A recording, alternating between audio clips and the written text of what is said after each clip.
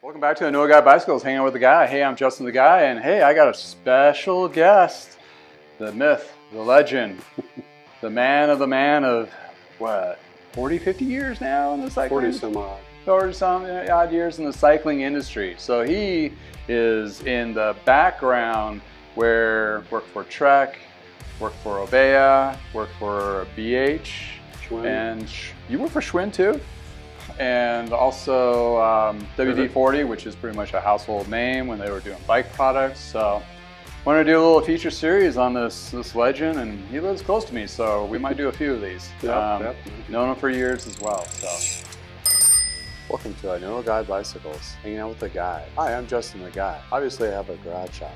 Take scary out of used, one bike at a time. If you want to be kept up to date on latest projects and topics, please like and we were on a subscribe. conversation yesterday, and he was just going on about all these stories and from the beginning. So I wanted to start basically from the beginning.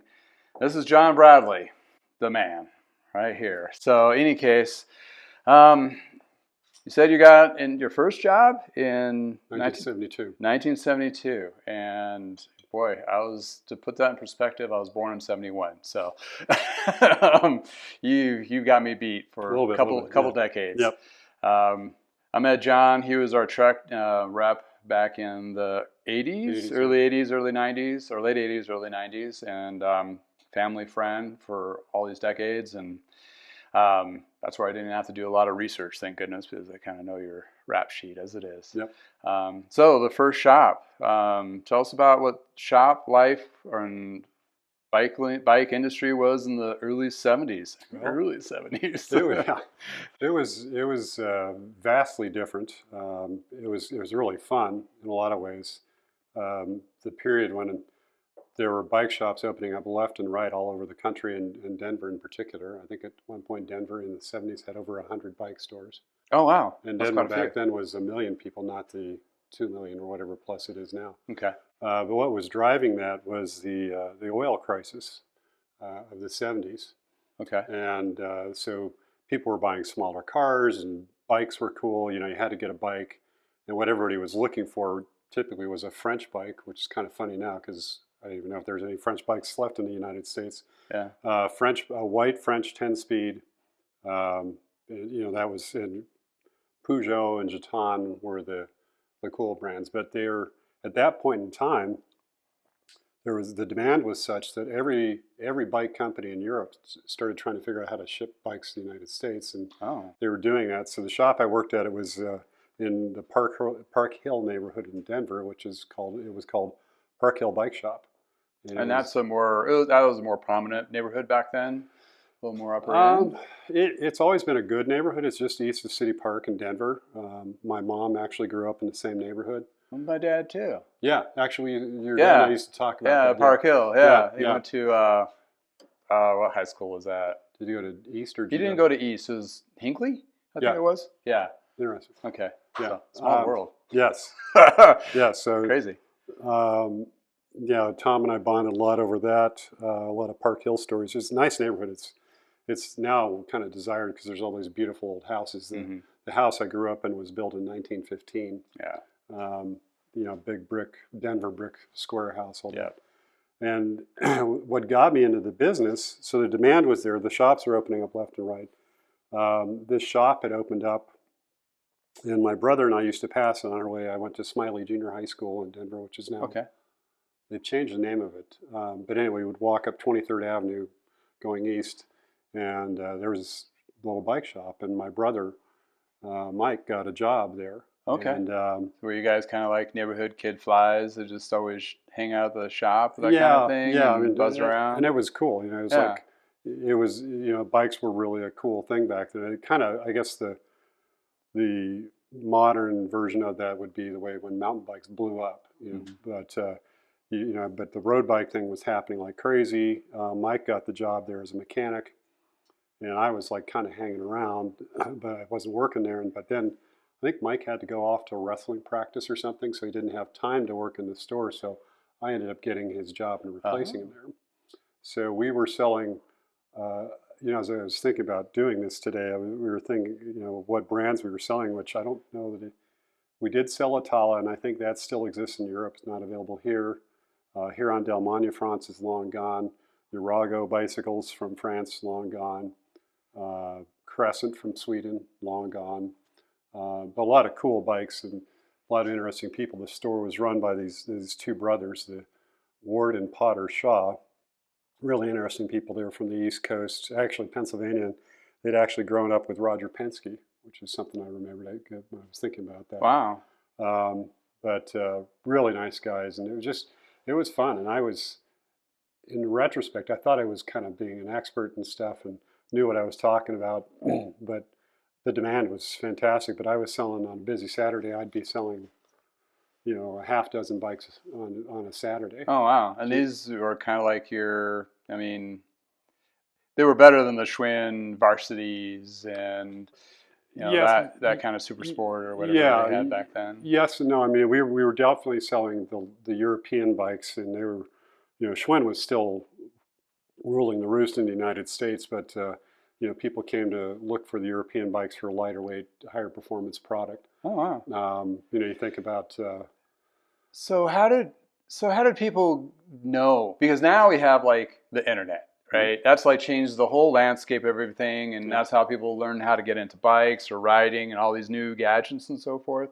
And back then, all I remember is like you'd get random magazines, but other than that, was it just word of mouth, that kind of thing? Yeah, I think it was very much a neighborhood thing. I mean, bicycling, had this big surge, and people started looking for bike shops, and we were desperate. I mean, probably the big brands there, it would have been a stronger shop had we had Peugeot and or Giton at the time, to go up against. But what everybody was buying was a lighter weight, higher performance product versus a Schwinn.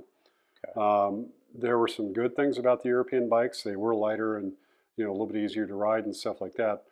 Schwinn, on the other hand, I think their deal always had been high quality, but they always associated durability with quality, and that led to a lot of 35-pound, 10-speed bicycles. Yeah. And back in the day, when nuclear proliferation was really scary and stuff, people used to say after the bomb would drop, the thing that would be left would be Coke bottles. I'm really dating myself because they don't even sell Coke in bottles anymore. Yeah. And I always used to add that, and Schwinn varsities. Yeah. But I mean, the one thing, if you do look at one of those Schwinns, they're incredibly well built, but they're just...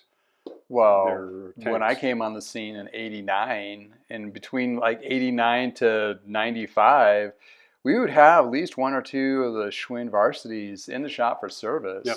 Like, they lasted. Yep. I mean, they were tanks. I mean, you pull something in you every time you put one on the bike stand. And I wish we had bike lifts back then. Right. But I mean, you thought e-bikes were heavy. Wow. But yeah, it was kind of interesting that Schwinn is a huge name for several decades, going up into the 70s. I remember my dad having a picture in the office, and you probably saw this, of Christmas time, this kid's flying down the banister, the stairs, and there's the Christmas tree with a bike. This is get your Schwinn bike. Mm-hmm. And that was kind of the thing of kids' bikes, and you got like the Stingray and the suicide shifter. Actually, the first bike boom I experienced was old enough to where it was a Stingray boom. Mm-hmm. So I grew up in the '60s, and my cousins who lived in our neighborhood as well, they had a little bit more money, they had quite a bit more money than we did at the time, and they would all go to. There was Colin Schwinn on Colfax in Denver. Oh yeah, that's right. And that's where they got their bikes from. We got new bikes. There in our neighborhood, there was this guy who used to work out of his garage. Mr. Burns. So I got a bike that. So I need to start being Mr. Guy. Yeah, I got a bike. It was kind of funny because it actually had been one of my cousins, and they took it to Mr. Burns, and he brush painted it Ferrari red, put a white banana seat on it, and the ape hanger handlebars, and I had a Stingray. And the funny story with that is we went to, you get your bicycle license, so you're required to get a bike license in Denver at the time, a little metal plate. Oh, the register of the bike itself. Yeah. And you go to the fire station, and there's one in City Park, and I go over there with my dad to get it, and fireman looks at the bike, and there were no markings on the bike at all. And the fireman asked my dad, "Well, what kind of bike is this?" And he goes, "My dad, being a character, you're shocked to know, but he goes, I don't know, it's a mongrel." So my first bike was licensed as a mongrel. Mongrel? Yeah, I was kind of like that. Anyway, Crazy. I worked at Park Hill Bike Shop for, I think, 2 years, and then they kind of went poof. The one thing that happened back then was bike theft was rampant because people, if you left your bike unlocked in the neighborhood back then, it would disappear. And they actually got busted into a number of times. And they just, at one point, they just pulled up stakes and went back east. Okay. It was bought by a store that had a location in the long ago mall, Cinderella City. Bought that, and then that went poof. And so I was pretty bummed out, and I started looking for other bike stores. Okay. Should I keep going with bike stores? You can do a couple more until we hit your transition into. So the next one was called "I Like Bikes," which is a riff off. If you're old enough to remember, President Eisenhower, his campaign button said "I like Ike," so it was a riff off of that. Oh, okay. But anyway, and we carried Flandria, which long gone. We carried Volkscycle, again long gone. We carried Toro, long gone. Wow. And worked there for a couple of years, and then I got a job at the Big Wheel in Denver again, and this is like my first high performance store. They actually had full on pro bikes, is what we called them back then. With Campagnolo equipment. It was, Shimano was actually thought of really low end stuff. You'd see it on all the Murrays and Sears bikes and stuff. In fact, the largest bicycle retailer for me growing up in the United States was Sears. People coming in there to buy their department store bikes. Department store bikes before the Walmart came on the scene. Yeah, but gotcha. Working at the Big Wheel was pretty interesting because the family that ran it was Chris Van Gent and his brother Jack, and they were both from Holland. Chris was a former professional 6-day racer, and the stories like he knew Cinelli, he knew Campagnolo, all these people. Sure. And we would, we carried Cinelli, we carried Mazzi, we had Colnago, we had some early Merckx bikes, which were built. There were two people building Merckx bikes under license. One was a Dutch firm called Kessels, and another one was Falcon from England. Wow. What time range is this, like mid 70s? This would have been or early 80s. This would have been like 74. Okay. 74, 75. I actually worked for them on and off into the 80s. But their main brand, they imported Libertas bicycles, which again is long gone. It's a Belgian bike, kind of a cool bike because the head tube decal, they were decals, had a Statue of Liberty thing, and that was a tribute to the United States helping to win World War I and freeing Belgium from the Germans. Wow. But anyway, Libertas was, Chris kept figuring how to try and lower the cost of importing the bikes. So once in a blue moon, we'd get an actual complete bike in a box, but a lot of times it's like, here you go, Bradley, here's a frame with a headset and a bottom bracket, and we're going to give you all the rest of the parts, and we built wheels. Oh yeah, wheel building was the whole rage back then. Just get an idea of price points. What bikes do you remember what those probably retailed on? I remember $125 for a good 10-speed, so kind of a recreational 10-speed. So a Urago or a Libertas at the time would be in that mid $100 to $200 range. So what would be the top end in the 70s for probably kind of, it's a good question. Like Merckx with the top end. Well, Merckx actually, these guys were licensees of Merckx, so this was not the Eddie Merckx. I've got my own company set up by Hugo de Rosa Merckx, but these the top end bikes or top end stuff were Cinelli and Mazzi at the time. Okay. And I'm guessing they were $1,000 to $2,000 back then. Wow. But that the money went further, all that. But we had it was an interesting place. I mean, wheel building, I got really good at it for a while. I was building, I could get a wheel built from spokes, hub, rim, and into a straight true good wheel in 20 minutes or less sometimes. Um, but it was a fun place. It exposed me to a lot more of the racing culture. Is that where you got into some of your racing? I actually started racing while I was um, at the Park Hill Bike Shop. Oh, okay. And I think I was telling you on the phone the other day, I found out that my second bicycle race, I actually raced against Ron Kiefel. Hmm. We didn't know each other at the time, and he would have won, but he went down, and I actually ended up finishing ahead of him. But it wasn't because I was faster than Ron, but Yeah. I can say that I finished ahead. I'm not going to say I beat him, but anyway, I started racing then, and the interesting thing back then too is if you're racing, you run tubular tires, or sew-ups. Oh, yeah, yeah. And I never, one of the skills I did never require was being able to patch a sew-up tire, which is you have to be able to sew, literally sew. Yeah, you had to disassemble the Yeah, threading just to get but to the actual tube inside. yeah, but it was I was doing a little bit of racing. Primarily, I was wrenching and Okay. sewing back then. But yeah, the big wheel was a real eye opener. Nice people. They Chris had some nicknames for me. I think one's probably not so much appropriate. And he used to call me Speedy Gonzalez all the time. Oh, But, yeah.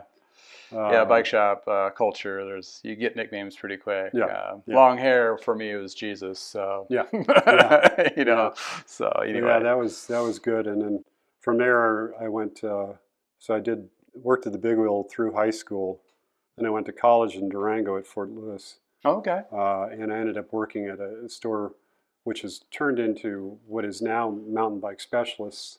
At that point, it was the Outdoorsman at the Elk on Main. Yeah, I think I know a guy that works there currently. Yeah.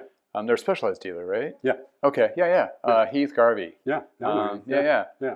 Yeah. So they just had a little promo a couple months back of the shop. It was like a minute, 2 minute thing. Yeah. That was pretty cool to Yeah. see him and after all this. So that's kind of crazy. Like 40 years later, boom, you were talking about that. Yeah. Oh, back to Ron Kiefel. He owns or was owner of Wheat Recycler, which is a big staple bike shop in the Denver metro area for decades. And his dad opened it, right? Yeah, Eugene? his dad bought it probably in the 70s. Okay. But yeah, they were a really good shop, extremely well run, great family. Yeah. We used to trade bikes with them in the 90s, 80s and the 90s. We were both truck dealers at the time. And, well, cool. So, yeah, the big wheel. And then where did the Denver Spoke fit in place? Because Denver Spoke has one of those iconic scenes and American Flyers. American Flyers. And during the MS 150, they were still around. And I'm going to show you a couple pictures here of the MS 150 of the Denver Spoke band. Oh, yeah. And this was in the, I would say 90s, late 80s, 90s there. Yeah. And you worked there. Did you work there when Dong was there? Because Dong is still known as one of those infamous bike salespeople of the Denver metro area. And I've had a couple customers that I've sold bikes to, and like, oh yeah, I bought a bike from Dong. Like, wow, that puts me back. And unfortunately he's passed away a few years ago with a heart attack, I believe. But what was the time period of the Denver Spoke? So I came out of, I'm trying to remember, I Like Bikes had failed. I was kind of bouncing, for a point, it's like whenever I needed a job, Big Wheel would take me back. Sure. I'm trying to remember what led me out of there, but I ended up going, so I worked with a guy named Doug Beeler. He came to work at the Big Wheel, which is kind of funny because initially Doug was a terrible mechanic. And I said, "Did you ever have any experience?" He goes, "Well, I kept trying to interview different bike shops around Denver, and when they asked me if I had any experience, I said, well, I've been in enough bike shops, I figured I could say yes." Just like osmosis, huh? That's where the holistic bike mechanic came from. Yeah, Doug is just an amazing person. So he ended up actually becoming a pretty good mechanic, a good salesperson, but he ended up managing the Denver Spoke. Okay. And they were owned by a family that owned most of the Arby's restaurants up and down the Front Range. That's right. They were Arby's-backed franchise owners, So interesting with Doug was a medical helicopter pilot during the Vietnam War. multiple decorations, Oh all wow, sorts of okay. crazy things. Dong was a helicopter gunship pilot for the Arvin. Oh, Another guy there weird. was Steve Schmachtenberger. This kind of gives you an idea of the time of all that. But Steve Schmachtenberger had been in the infantry, or a grunt as it was known back then. And I would listen to the stories that these guys would tell. I'm like, oh my God, Yeah. amazing stuff. But really a very interesting, eclectic group of people at the Spoke, and it was a blast. I mean, we were selling DeRosa's was our top end brand. It's Yeah. kind of interesting for you. You know, a lot of people think Pinarello is like this Uber brand, and back then it was our value Oh brand. really? Yeah, I mean, great riding bikes. Always been good riding Sure. bikes. Yeah, yeah. But that was like if you couldn't spend the money on, on a DeRosa or a Merckx or a San Rancho or something, we saw all sorts of cool bikes. They had Clonagos too, right? A little Or bit, not oh, okay. not I that just much. remember the fancy paint jobs that they had. They Yeah. were pretty cool. But you'd go to the Pinarellos, and they had some cool paint jobs, but the decals, I swear to God, if you looked at them hard, the decals would start jumping off the down tube. But really nice riding bikes. But, you'd come in, it was a day when, I'd sell you a frame, and I would say, well, Justin, let's go. And we had framed Gruppos up on the wall, Okay. Suntour Superb Pro or Shimano 600 or, all the Okay. campy stuff. What kind of wheels do you want? Wow. We had cog boards to build up the free wheels on the back. We had Suntour, Regina, Shimano. We had 3 cog boards. We carried full complements of Triple T and Chinelli handlebars. Really fun. Yeah. At one point we were the largest Eddie Merckx dealer in the country. And what time frame were working there? That would have been the early 80s. Okay. I So left. right after the American Flyer was in It was during American Flyers was a blast because we had the movie company would come in and they would say, we need some tires, and we well, how many do you want? And they'd say we need like 50 or 60, and they were running Vittoria CGs and CXs. Those of you old enough to remember, those were the high-end tubular tire. And they never asked for a discount. It was wonderful. Oh, well, they just bought it outright. Awesome. Yeah. And that whole thing was funny because I actually crazy. knew I feel like, 60 degrees of separation. I'm kind of the Kevin Bacon of the bike business. But the guy who wrote the script for American Flyers and what was the other one? Anyway, he used to come to the bike races, Steve Tessich. Okay. And so we had connections with him. That was kind of crazy. We would a bunch of my friends. In fact, I could have been an extra in it, if I wanted to. The assistant manager at the time, Pat Clark, was actually driving the van when you saw the Denver Spoke van. Oh, okay. There, and it was funny because I got to go to the premiere at the old the movie theater. Anyway, it was at I-25 in Hamden, in Denver. Oh, is that the Continental? Continental. Yeah, the big one. Anyway, that was But the fun thing was everybody had been extras, and when they would see them showing up in the movie, and I was sitting towards the back of this big theater, and you'd see these hands shoot up as somebody would see them. So it was a lot of fun. It was pretty cool. Wow. Our Trek rep. Let's lead to the next step in my career. Mm-hmm. So I had actually started to look for a job as a sales rep because I'd been, I sort of felt like I'd hit as far as I was going to get at retail. The ceiling of bike shops even carried on decades later. I had hit the ceiling in early 2000s myself. Yeah. And it's like either we're in the bike shop, you either hit store manager or service manager, whatever the case may be, and that was it. You had nowhere else to go. And for me, that's where I kind of jumped into the big pipe, sporting good chain and that kind of thing. But or the other direction you would go, which a lot of my buddies at Lee's went to go work for JB Importers or Specialized as reps, and they've gone up through the ranks there. And some of them are still reps today, 20 years later. But that was the transition from the Denver Spoke into the world of Trek. Well, I tried or? my first interview was with Western States Importers, and it was WSI. They were in kind of not far from the old Stapleton Airport, and they were Diamondback. Okay. And actually Diamondback's road bikes at the time were Centurion, which at one point those brands diverged. I think there was some name issue with the Centurion company in Europe or something. Okay. But that was my first, I interviewed. It went okay, but I didn't, it didn't get the job. And part of it was I kept saying, do you have outside sales experience, not just retail? Sure. So I didn't get that job. Then I went for the Panasonic bike job. Oh, wow. And Panasonic, in fact, that was a good brand we had at the Spoke. I mean, really well-built bikes, not necessarily the most exciting, but really very well put together bikes. Okay. In fact, they built a lot of the Latours and Super Latours for Schwinn. Oh, really? Yeah. Okay. When they started coming from Japan, that's where they were from. Gotcha. And that went well, but again, you're like, oh, you're doing nice meeting you, Mr. Bradley, but we're looking for outside sales experience. So then I hear that I became friends with our Trek rep at the time. That was John Burke, who was the Trek rep in the Rockies at the time. And the territory back then was Colorado, New Mexico, Wyoming, Utah, and western Nebraska. And John was going to go back to work at Trek. Okay.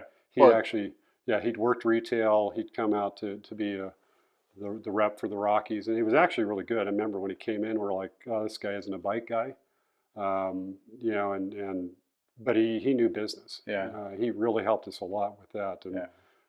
For reference, John Burke is actually I don't know what the position, CEO, FO, whatever. He's the owner of Trek Bikes now, and his dad actually started the business back in the 70s. So hearing that John Burke was actually living in Colorado, being the rep here, is very interesting. Of the back glory days of where Trek was just getting their steam from a small niche custom build-ish steel frame road bike in the 70s to more of a bigger company. Yeah.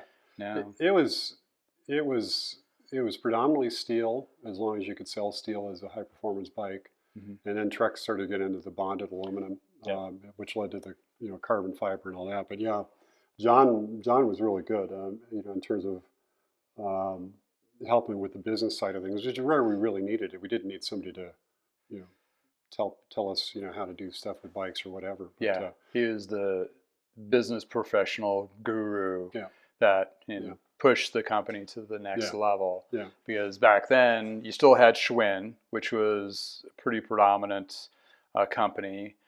Specialized was starting to come out, right? So there were Specialized bikes. Schwinn was still around. I mean, we also sold Peugeot at the Spoke. They were still in the United States. They actually sold a fair amount of mountain bikes, which is kind of surprising at this point. Yeah. But yeah, Trek was starting to come up, and it was selling a lot of, people were scared that Japan was going to take over the world at that time, and here's this. In fact, I remember there was an article in the old Bicycling magazine which said something about something good is happening in Wisconsin or whatever, and it was about Trek. Okay. But and what time range was this? You were thinking that where you started working with Trek? Getting hired on and being part of that. The first Trek dealership I went to was the Denver Spoke. In fact, becoming the sales rep. I ended up becoming the sales rep in 1986. Okay, really close to when my parents opened the shop in '87. Yeah, which is kind of funny. As I was driving over, I was remembering sitting with your parents in some restaurant in Parker, and they had graph paper, and they were plotting out what the store would look like. Yeah, that's right. I remember that. But that was funny, and it was fun. I mean, we really hit it off. So that was really fun to help them get it going. Yeah. And I think part of it was they kind of had to sell me on opening up a dealer at the time, them as a Trek dealer. Yeah. Basically, my parents had this idea on a shoestring budget of opening up a bike shop. We looked at a couple of shops in Aurora to buy, and Tom's sister Cheryl came with ideas like, well, there's this little town that started growing. It's called Parker, and we're like, I never heard of it. South Denver. Now it's huge, but like everything else is built up since then. But they found a small little unit, and of course they opened it up at the wrong time of year, November. Can hold out until springtime. But There's one of those days back in the days you can talk to the lease people and they were willing to give you like 3 months to start off, and so you can kind of get your everything set up and build up. So, and my parents were both at dead end jobs kind of at the time, and they wanted to do some passion. And not that my dad was ever into cycling before. I think the only experience that we had with bikes before is he helped me tear down a bike and put it back together a few years before that. But other than that, that was pretty much it. But there's one story I remember that my parents would tell me that, or I remember, is they had kind of like a party meeting with reps from Schwinn and all these other different reps. Tried to figure out which had to been the most awkward thing, because all your reps are competing against each other already, and now you're all in the same room. Were you part of that? I think so. It was at my grandmother's house. Yeah. It's kind of just like a weird thing. Do you remember any takeaways from that experience? I want to say, I'm trying to remember who might have. I'm trying to think if Scott Carpenter from Specialized was there. Scott worked for Specialized for a long time. Yeah. I'm trying to. Did you guys ever do Panasonic? Was Tom Adams there? Big tall guy. I wasn't at that get together, but I know that we John Davis from Schwinn. Yeah. I don't know if Larry Armstrong was in the scene yet with Mongoose. We carried Schwinn and Trek, I think, right off the bat. Yeah. And was there a third line, or was that just the two lines? I can't remember. It's been a while. Yeah, I mean. But yeah, we, most of the reps, we obviously were competing against each other, but I think we all liked each other pretty much. Tim Downing, did you know Tim Downing? No, I don't think so. He was Fuji for a while. Well, yeah, we had Bernie as Fuji rep. Okay. Mr. T Starter Kit. Yeah. But it was a good group of people. I mean that's actually one of the things is I've experienced and talked to other people in other businesses where they're a lot more cutthroat, and the bike business has always been this kind of cool, fun thing to do. I mean it's changed a lot, but a lot of us knew each other. So. Yeah, well, I mean, to put it in context, I mean, again, fast forward today where we have technology, right? We have all these resources on the internet and be able to look up bike brands and all this. And back then, I remember, and it was kind of the epiphany of just recently when we talked yesterday. I was like, that was our real only source to know about either other lines or what the bike industry was doing. Because, I mean, you have your news outlets like Bicycling and some, Velo News and that, but that was always like after everything's been released. So the only way to know anything of any widgets or tech or business practices or anything like that was through you guys, which was a very valuable asset. Because we had to rely on that, because there was you couldn't go to the library and go, how to open up a bike store. Yeah. I mean, it didn't exist. Yeah. Believe me, I tried, I looked, and there was nothing. It was like, I was trying to help, being a young kid, how to help my parents' business, and I had no freaking clue, in a sense, and we had to rely on reps. And that's, interesting that you say that you had good relations with other reps, even though you're competing, but the cycling, at the heart of its core, and you mentioned this yesterday on our calls, like it's about the love of riding. That's what it comes down to. We enjoy riding bikes, and the competition pieces got in there, like competing and so forth. But it's nice to hear, or good to hear, that even back then, reps knew each other, but they respected each other's position with brands and so forth. Yeah. The bike shops would switch brands, and so for various reasons, either they got in trouble or whatever, or they just something else was hot in their market and they were trying to force their direction. Part of it with me and my connections that probably helped me with the other reps was when I ended up managing the Denver Spoke for a bit after Doug left. Okay. And so I did business with Scott from Specialized, and Tom Adams from Panasonic, and Larry he had Univega back then. So that helped build relationships, but. We were competitors, but it was like a friendly competition. Plus, it just is, back then you didn't open up a bike shop to make a lot of money. Still today.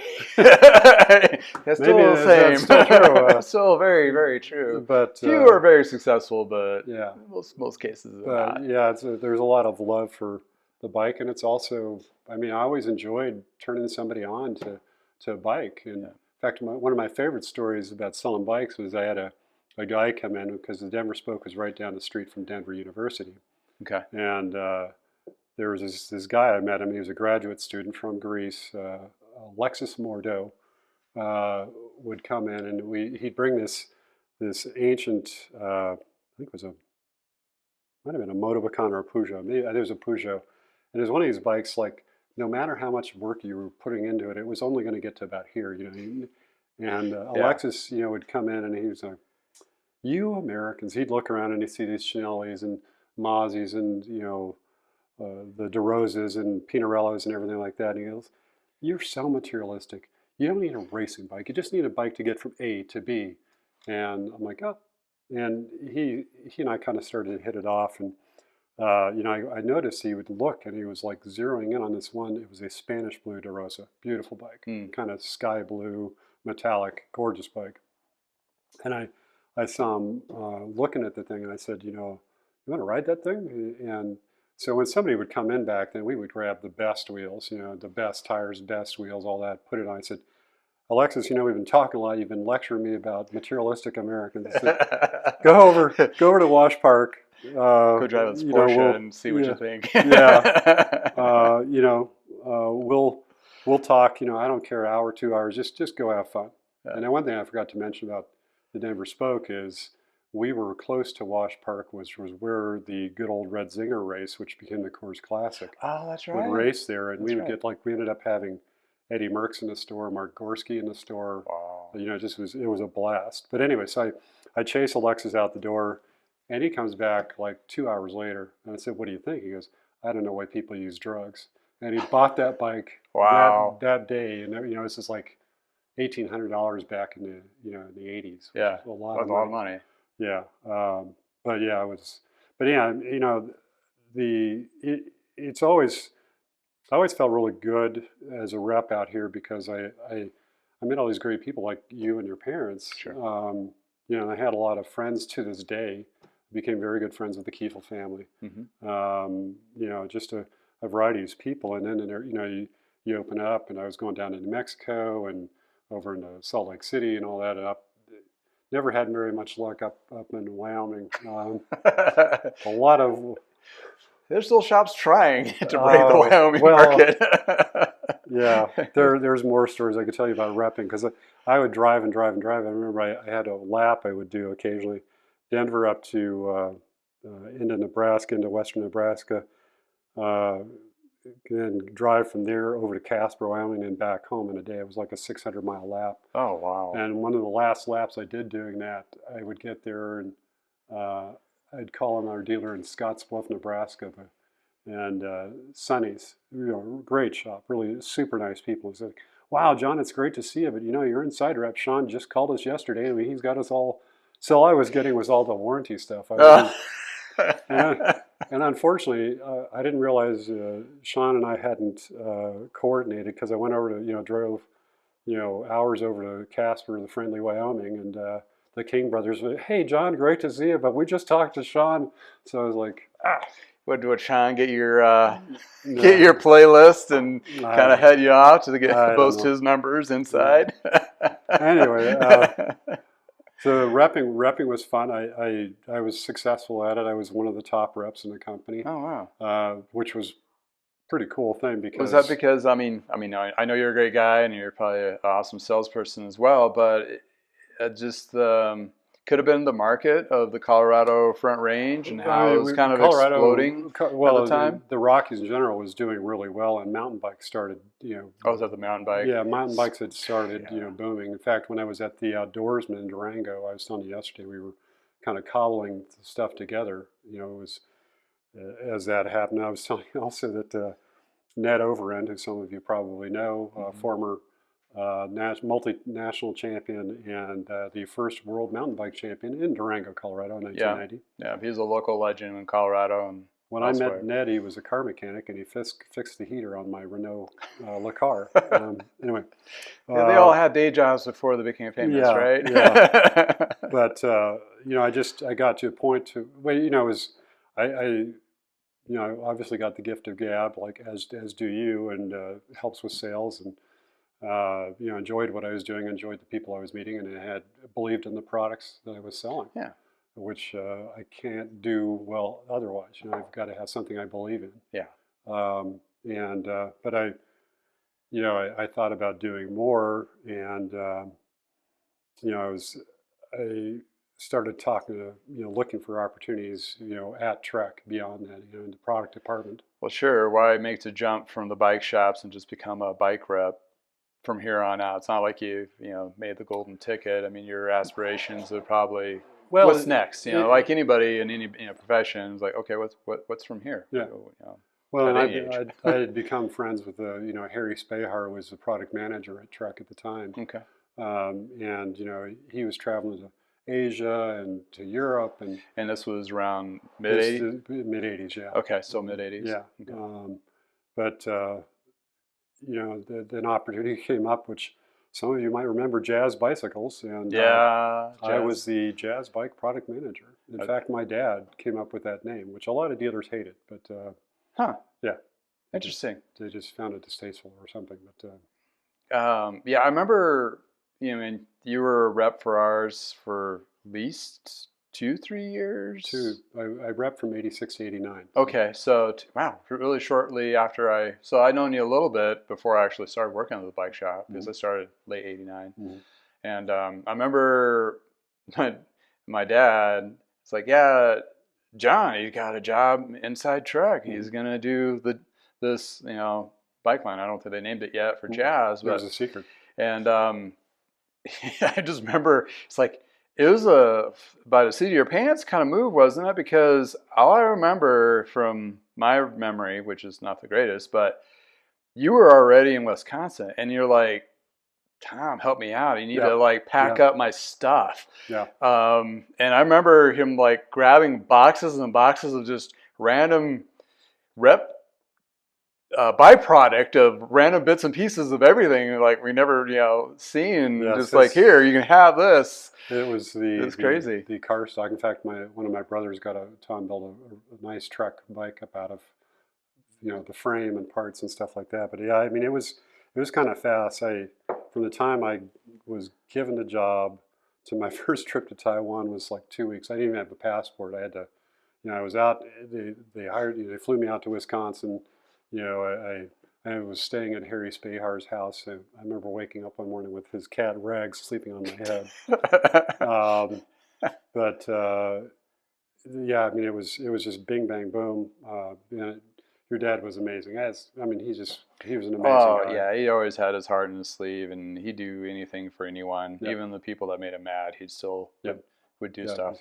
And he definitely went over to your house condo where you were staying at the time and just helped you clean out while you were out of town and doing this big move. I think he was kind of proud. I mean, he loves seeing people succeed, and now he always was with that with me and everybody around. It's always very proud. It felt like to him kind of a level of pride, like I helped somebody get to this level, and yeah, he did. It did a lot, and it's one of those inspirational people, and it's kind of crazy. And I talked about it before on my channel before in other videos of how inspirational it is for me.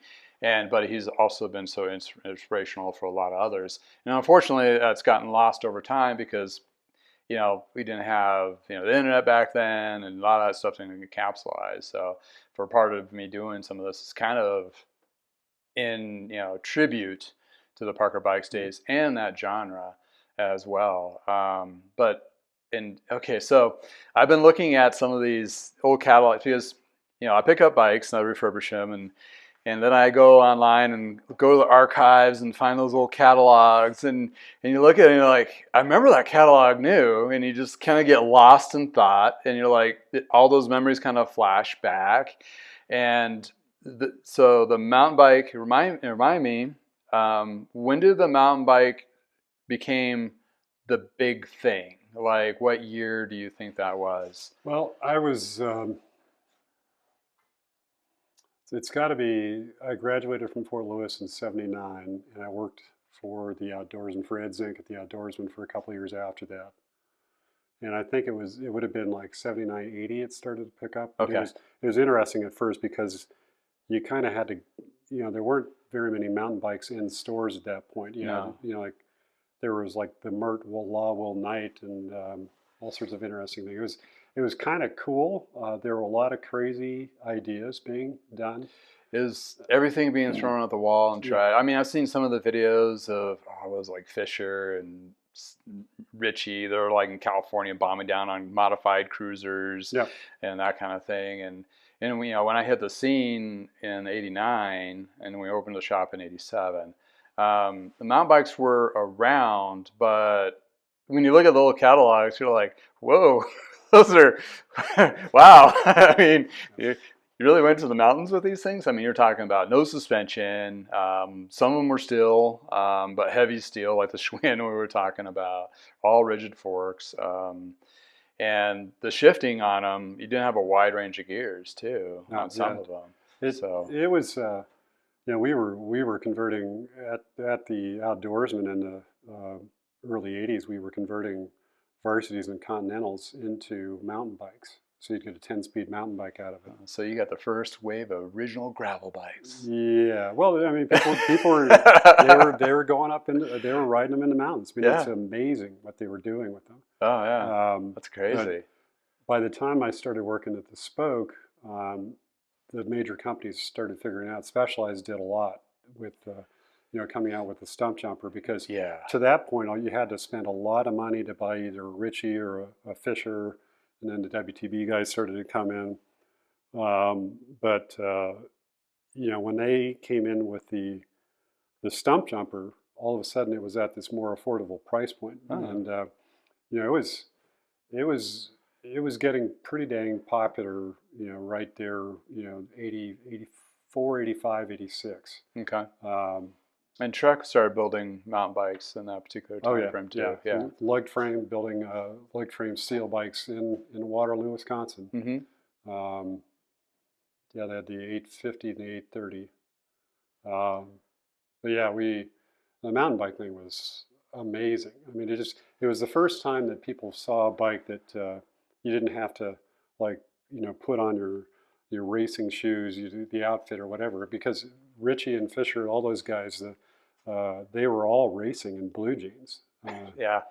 Which is kind of crazy, but it was really fun. Also, Colorado was really part of the scene because one of the epicenters for the mountain bike thing back then was Crested Butte. Okay, that's right. Yeah, I mean, it's funny because now it's kind of faded away, but that was it. I mean, you went to Crested Butte, and it was that and Mount Tam out in the Bay Area in California. Okay. But it was very much a Colorado thing. Anybody who moved here from the East Coast wanted to show they were a mountain person. They're going to ride their mountain bike, and it's kind of like the Jeep equivalent, for bikes. But it was fun. I mean, it opened it up because people said I can ride a high performance bike and not have to bend over and in this perceived uncomfortable position or have to learn how to enjoy the bike. It just is like come as you are, ride this thing, go have fun.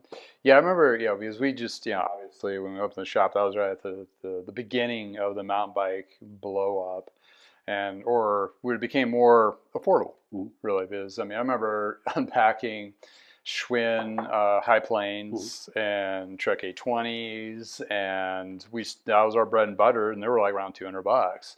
And you had to, my first mountain bike was a Trek 8000, which is the white with speckle. Yes. Rigid fork. Yep. Very, very stiff.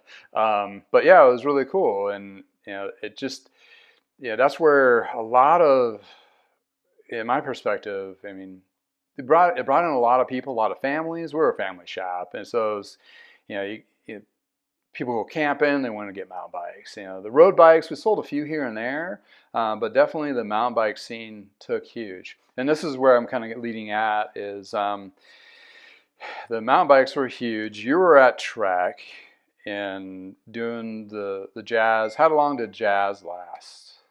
4 years? Trying to think, at one point we ended up, so the dealers never liked the Jazz brand. From a marketing thing or whatever, and we ended up, so basically Jazz, we actually started out, the brand, the models actually kind of competed against Trek, which is a bit of a mistake, because what dealers were really asking for was give us some lower price points, give us some kids bikes, some cruisers and stuff like that. Is this the first time they had kids bikes? Yes. Okay. Yeah, and so the Jazz lines was the kids bikes and entry-level mountain. This is where more the recreational, just regular people kind of bikes came from, was out of the Jazz brand. Okay. It actually was, I think for Trek it was really a good thing to go there, because we were, when I started as a product manager, when Harry was working with a company called Merida, which is one of the two big guns in terms of the bike industry in Taiwan still around and China. Today. Yeah. Big chunk of Specialized there, but we were getting all of our imported Treks built at Merida. Okay. With Jazz, we actually were trying to explore, are there other people that go get your bikes built at it? And so I was, we went, the first time I went to Taiwan, which was just a mind-blowing experience, because I was not very well traveled. An exotic vacation for my family at that point was going off to visit my cousins and grandparents in Cincinnati, Ohio. Yeah, going overseas had to been it was big. Just the flight itself is an eye opener. It was amazing. It was amazing. But we got into Ideal Bike, which was has become one of the bigger ones. Another company called Taioku were the ones we ended up working with. But it broadened Trek's, where we were getting bikes built at in Asia. Sorry about my phone. Wow, that John Bradley is one interesting cat, right? With all those stories and just the plethora of history that he remembers. It's just amazing. Well, this is going to conclude this portion of it. This is a part 1 of part 2, so stay tuned. The second one will be following. If it's a later date, go ahead and click the link below to go and continue the watch of the history unfold from a perspective of the backside of the industry. Well, thanks for hanging out with me at I Know a Guy Bicycles and hanging out with the guy, literally hanging out this time in the shop with Jibber Jabber. If you like videos like this or the content, please add to the community below. If you have any insights or stories as well, or questions for John, go ahead and put them in the comments, and I will definitely relay those to him and get some of those answered. Yeah, a lot of history, and part 2 is going to be just as rich of gold nuggets of, wow, I didn't know, right? Any case, thanks again for hanging out with me. Until next time, have a great day, and if it's nice in your neck of the woods, please go for a ride, and get that virtual ponytail flapping in the wind, and have a great day. Thanks again from the garage. Until next time.